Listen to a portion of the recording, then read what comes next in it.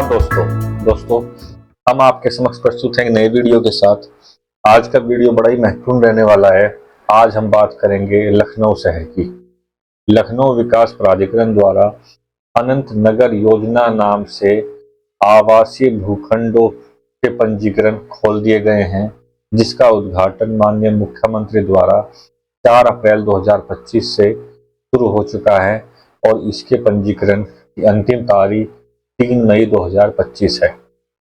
दोस्तों, अनंत नगर योजना वही योजना है जिसको पूर्व में हम मोहन रोड योजना के नाम से जानते थे और काफी लंबे समय से इसका इंतजार किया जा रहा था। अर्थात मोहन रोड योजना का नाम अनंत नगर योजना रखा गया है और इसके पंजीकरण आवासीय भूखंडों के लिए खोल दिए गए हैं। आपके समक्ष पंजीकरण पुस्तिका उपलब्ध है। आप इसमें देख सकते हैं कि सर्वप्रथम हम बात करेंगे एलिजिबिलिटी क्राइटेरिया की, अर्थात जो लोग इसमें अप्लाई करना चाहते हैं उनके लिए क्या एलिजिबिलिटी रखी गई है। सबसे पहली एलिजिबिलिटी ये है कि आपकी आयु 18 वर्ष या इससे अधिक होनी चाहिए। जो एप्लीकेंट है वो या तो भारतीय नागरिक हो या NRI हो। इसके अलावा एप्लीकेंट और उसकी फैमिली, यहाँ फैमिली से मतलब है हस्बैंड या वाइफ और उनके जो माइनर बच्चे हैं, उनके पास लखनऊ शहर में किसी भी सरकारी संस्था द्वारा कोई भी भूखंड या अन्य आवासीय संपत्ति नहीं होनी चाहिए और लखनऊ के अलावा संपूर्ण उत्तर प्रदेश में एक से अधिक ऐसी कोई आवासीय प्रॉपर्टी नहीं होनी चाहिए जो उन्हें किसी गवर्नमेंट एजेंसी या डिपार्टमेंट द्वारा अलॉटमेंट हुई हो। इसके आगे हम बढ़ते हैं तो हम जल्दी से आपको भूखंडों के विवरण के बारे में बता देते हैं।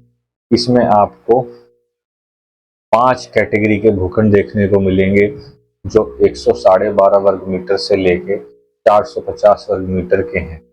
सभी का जो अलॉटमेंट रेट रखा गया है वो रखा गया है 41,150 और आप देख सकते हैं 112 वर्ग मीटर के 121 भूखंड हैं, 162 वर्ग मीटर के 39 भूखंड हैं, 200 वर्ग मीटर के 50 भूखंड हैं, 288 वर्ग मीटर के 105 भूखंड हैं और सबसे बड़े 450 वर्ग मीटर के मात्र 19 भूखंड हैं।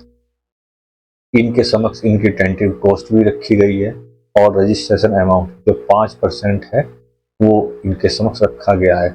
अर्थात आप जो है अगर किसी भी इन 5 कैटेगरी के भूखंड के लिए अप्लाई करते हैं तो उसकी जो टोटल कॉस्ट बैठती है उसमें का आपको 5% पंजीकरण कराते समय पेमेंट करना होगा।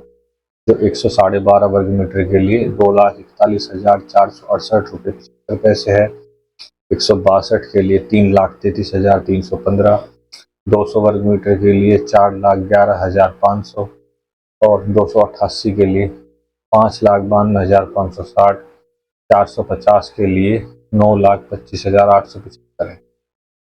इसके अलावा जब आपको ये भूखंड अलॉट हो जाएंगे, अगर आपको कोई PLC वाला भूखंड अलॉट होता है तो वो PLC आपको देनी होगी। जो PLC अगर आपको कॉर्नर भूखंड मिलता है तो 10% एक्स्ट्रा लगेगा, पार्क फेसिंग है तो 5% और 18 मीटर या उससे बड़ी रोड पे अगर आपका भूखंड आता है तो 10% एक्स्ट्रा लगेगा। अगर ये तीनों ही चीज़ें आपके प्लॉट में हैं, यानी कि 3 PLC लगती है, तो 25% की जगह आपसे 20% PLC ली जाएगी। इसके अलावा जो भी PLC, अगर आपका प्लॉट PLC वाला है तो PLC के अमाउंट जोड़ने के बाद, और अगर नॉन PLC है तो जो फाइनल अमाउंट 41,150 से बनेगा उसके बाद आपको उस पर 12% फ्री होल्ड चार्ज भी देना होगा। अर्थात ये आप लगा लें, अगर आप नॉन PLC भूखंड भी आपको मिलता है तो 41,150 प्लस अगर हम 12% लगाएं तो कहीं जाके 46,000 से ऊपर का ही रेट आपको पड़ता है। तो यानी कि आप जो अलॉटमेंट रेट है वो 41,150 ना पढ़ के कम से कम 46,000 उसे पढ़ें। और अगर आपको PLC का भूखंड अलॉट हो गया तो ये 50 से लेके 55,000 रुपये प्रति वर्ग मीटर तक भी आपको कॉस्ट इसकी पड़ सकती है। तो मित्रों, इसमें एक प्रावधान और है, अगर आप 60 दिन के अंदर भुगतान कर देंगे तो आपको जो 75% अमाउंट है उस पर 5% की छूट मिलेगी। अर्थात इसमें दो प्रकार के पेमेंट प्लान है, एक है वन टाइम और एक है इंस्टॉलमेंट। इंस्टॉलमेंट में आपको 8 जो है क्वार्टरली इंस्टॉलमेंट के द्वारा पेमेंट करने की सुविधा होगी, जिस पर प्राधिकरण आपसे 9% का ब्याज लेगा। परंतु अगर आप इसको एक मुश्त भुगतान करना चाहते हैं तो 25% जो आवंटन राशि जमा करानी है दोनों ही लोगों को, किस्त वालों को भी और एक मुश्त वालों को भी, उसको छोड़ के जो 75% धनराशि बचती है, जिसको अगर आप एक मुश्त में कराते हैं तो उसको 60 दिन के अंदर करना होगा और अगर आप उसको इंस्टॉलमेंट में कराते हैं तो 9% ब्याज के साथ उनकी आपकी 8 किस्तें बांध दी जाएंगी क्वार्टरली। तो अगर आप एक मुश्त कराते हैं तो वो जो 75% शेष अमाउंट है उसका 5% आपको छूट मिलेगी। ठीक है। इसके अलावा आप इसमें देख सकते हैं कि इन्होंने इसमें रिजर्वेशन का प्रावधान रखा है, जो अनुसूचित जाति के लिए 21%, जनजाति के लिए 2, अन्य पिछड़ा वर्ग के लिए 27, विधायक, सांसद व स्वतंत्रता संग्राम सेनानियों के लिए 5, सरकारी सेवक, सुरक्षा सेवाओं के सेवारत कर्मचारी जिन्होंने 50 वर्ष की आयु पूर्ण कर लिया उनके लिए 5, विकास प्राधिकरण, उत्तर प्रदेश आवास विकास परिषद, जल संस्थान, नगर महापालिका व स्थानीय निकाय आवास बंधु कार्यालय एवं नगर एवं ग्राम नियोजन विभाग के कर्मचारियों के लिए 2, भूतपूर्व सैनिकगण के आश्रितों के लिए 3, वरिष्ठ नागरिक 60 वर्ष से ऊपर जो है उनके लिए हॉरिजॉन्टली 10% है और दिव्यांगजन के लिए 5% हॉरिजॉन्टल। अर्थात अगर आप 8 और 9 सीरियल नंबर को छोड़ दे, जो हॉरिजॉन्टल रिजर्वेशन है 1 से लेकर 7 तक ये वर्टिकल रिजर्वेशन है और ये पड़ता है आपको 65%। बहुत बड़ा भाग इसका रिजर्वेशन में है, मात्र 35% प्लॉट जनरल कैटेगरी के लोगों के लिए बचते हैं और उसमें भी हॉरिजॉन्टल रिजर्वेशन कैटेगरी वाइज होगा। तो जनरल लोगों में से भी 10% वरिष्ठ नागरिक और 5% हॉरिजॉन्टल व दिव्यांगजन, इस प्रकार रिजर्वेशन इसमें आपको देखने को मिलेगा। तो मित्रों, अब मैं आगे आपको कुछ अन्य महत्वपूर्ण जानकारी इसके बारे में देना चाहूँगा। सबसे बड़ी जानकारी मैं आपको देना चाहूँगा कि इस स्कीम में कौन लोग अप्लाई करें और कौन लोग इसे अवॉइड कर सकते हैं। देखो मित्रों, वैसे तो हमारा सिर्फ काम यह है कि हम इसलिए थोड़ा लेट वीडियो डालते हैं ताकि हमारे पास संपूर्ण जानकारी हो और आपको सब तथ्यों से हम अवगत कराएं। फिर भी मैं इस स्कीम के बारे में आपको ये बताना चाहूँगा कि बहुत ही जो है ड्रीम प्रोजेक्ट है लखनऊ डेवलपमेंट अथॉरिटी का, परंतु आप जो इसके रेट देख रहे हैं, आपने रेट देखे इसके, तो 46,000 रुपये आपको उस केस में पड़ने वाला है रेट जब आपको नॉन पीएलसी भूखंड मिलेगा, एक साधारण भूखंड। और अगर आपको पीएलसी भूखंड मिला तो 55 से 50,000 रुपये प्रति वर्ग मीटर तक का रेट आपको पड़ने वाला है और रजिस्ट्रेशन चार्जेस अलग है। तो मित्रों, इससे दो चीज़ों का हम कह सकते हैं। एक तो ये कह सकते हैं कि आज की तारीख में अगर आप किसी भी सरकारी योजना में भूखंड खरीदने जा रहे हैं तो ये आप मन बना लें कि 40,000 रुपये प्रति वर्ग मीटर से ऊपर का ही रेट आपको मिलेगा। क्योंकि अभी मैं आपसे बताना चाहूँगा कि जो प्राइवेट डेवलपर्स हैं, बिल्डर हैं, वो 1 लाख या उससे ऊपर के भी रेट लेके आ रहे हैं और वो रेट जो है स्क्वायर यार्ड में देते हैं, ना कि स्क्वायर मीटर में। अभी यमुना एक्सप्रेस वे पे 2 नामचीन बिल्डरों ने अपने प्लॉटेड डेवलपमेंट निकाले हैं जिनके रेट लगभग 1,10,000 से लेकर 1,25,000 रुपये प्रति गज तक के रहे हैं और ये नॉन पीएलसी प्लॉट्स की बात कर रहा हूँ। और ये यमुना एक्सप्रेस वे वो है जो दिल्ली से लगभग 55 से 60 किलोमीटर पड़ता है और जहाँ मुझे लगता है अगले 10 से 15 साल अभी रहने की स्थिति नहीं है। इसी के साथ मैं मेरठ का भी जिक्र करना चाहूँगा। मेरठ में भी एक नामचीन बिल्डर एक प्लॉटेड प्रोजेक्ट लेके आ रहे हैं जहां वो जो डिमांड कर रहे हैं वो 1,25,000 रुपये प्रति वर्ग गज कर रहे हैं। डिस्काउंट के बाद भी 1,10,000 या 1,15,000 तक डीलें क्लोज हो रही हैं। जो मेरठ में नॉर्मल बिल्डर हैं, जो लोकल बिल्डर हैं, वो मेरठ में जो लोकल बिल्डर हैं, जो इतने नामचीन बिल्डर नहीं हैं, वो भी 70 से 80 हज़ार रुपये प्रति वर्ग गज की डिमांड कर रहे हैं नए प्रोजेक्ट। तो मित्रों, इसके कई सारे कारण हैं, पर इसका सबसे महत्वपूर्ण कारण ये है कि हमारी कंट्री में, भारतवर्ष में, जो जमीन अधिग्रहण है वो करना इतना आसान नहीं है, ना ही सरकारों के लिए ही और ना ही प्राइवेट बिल्डरों के लिए। यहाँ पे जो कानून है वो जमीन अधिग्रहण करने के लिए बहुत ही मतलब टफ कानून है। और साथ में आप देखते हो प्राय कोई भी योजना हो, वहाँ पे किसानों की भी जो डिमांड है उनको फुलफिल करना भी प्राधिकरण और प्राइवेट बिल्डरों के लिए एक बड़ी चुनौती का काम रहता है।